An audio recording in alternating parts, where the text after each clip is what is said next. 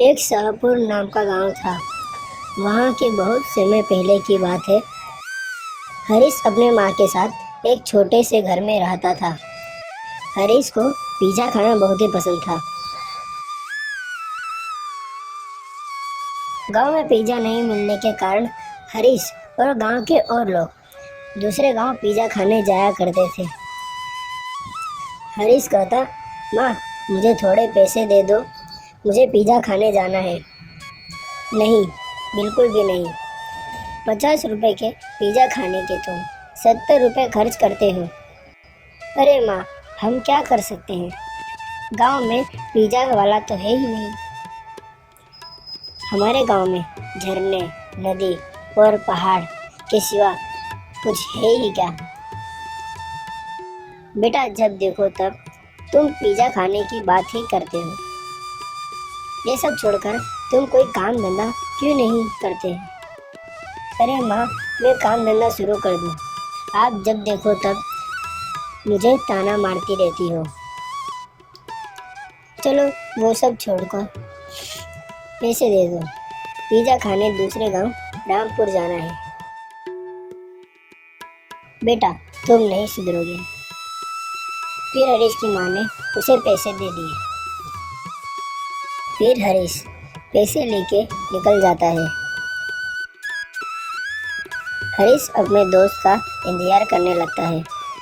थोड़ी देर में उसका दोस्त आ जाता है। क्या हुआ, तुम इतने उदास क्यों हो? अरे क्या बताओ मैं, माँ मुझ पर हर बार काम ढूंढने का दबाव बनाती रहती है। मैं काम करना चाहता हूँ पर कोई काम मिले तब ना। बात तो सही है, मैं कई दिनों से काम ढूंढ रहा हूँ पर कोई काम ही नहीं मिल रहा। खैर वो सब छोड़ो, पिज़्ज़ा खाने चलते हैं। अब वैसे वे भी बहुत ज़्यादा भूख लगी है। फिर वो दो दोस्त पिज़्ज़ा खाने दूसरे गांव निकल पड़ते हैं। उसी गांव में खेत चंद नाम के सेठ रहते थे, जो बहुत ही कंजूस और लालची किस्म के थे। अरे ओ राजू, कहाँ है? एक तो ये राजू है जो कोई काम बराबर नहीं करता, सिर्फ फ्री की रोटी खाता है।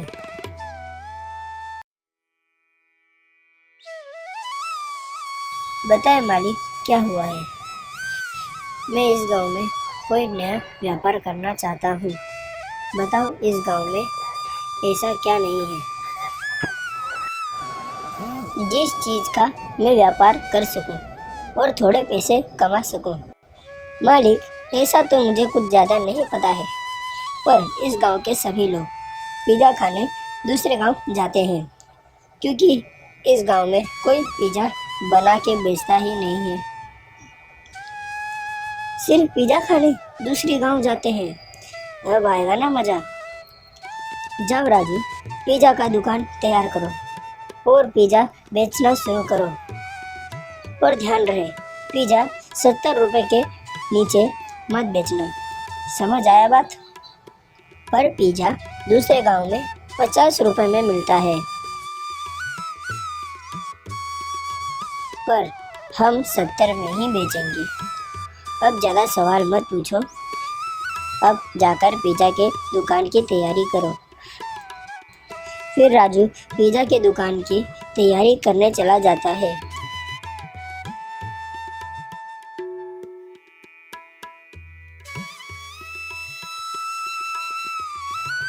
हरीश और अमन पिज़्ज़ा खा के वापस आते हैं।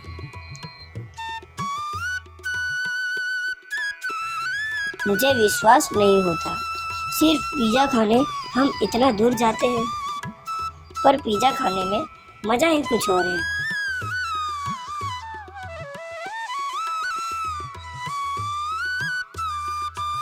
बात तो सही है तुम्हारी बिल्कुल।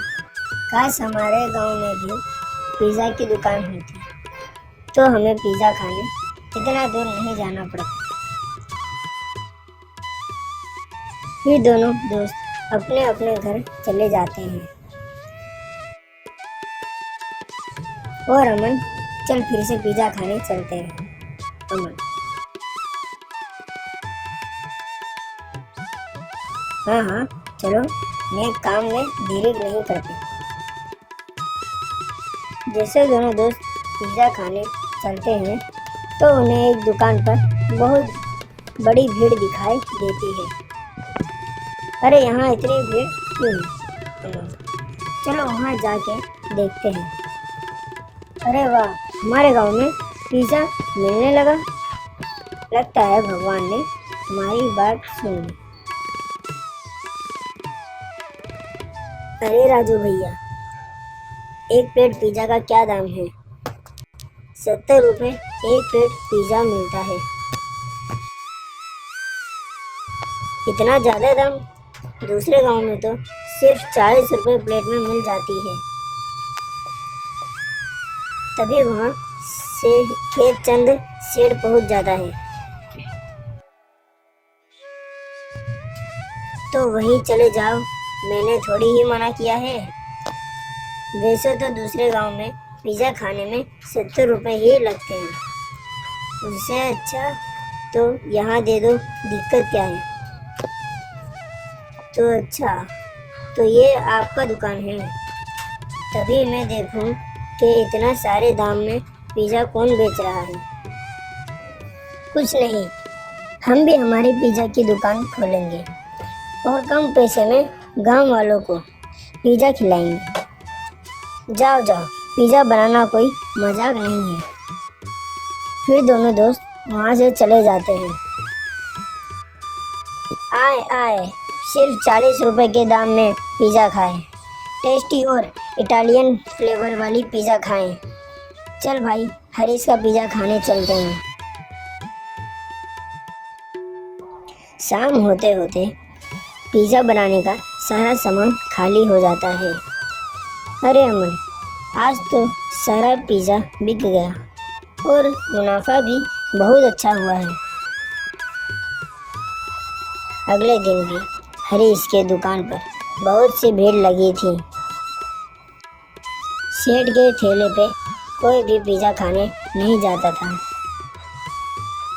अरे मालिक, हमारे ठेले पे तो कोई भी पिज़्ज़ा खाने आ ही नहीं रहा है। सब हरीश की दुकान पर ही जा रहे हैं। मेरे पास एक उपाय है। कल हम सिर्फ 30 रुपये में पिज़्ज़ा बेचेंगे।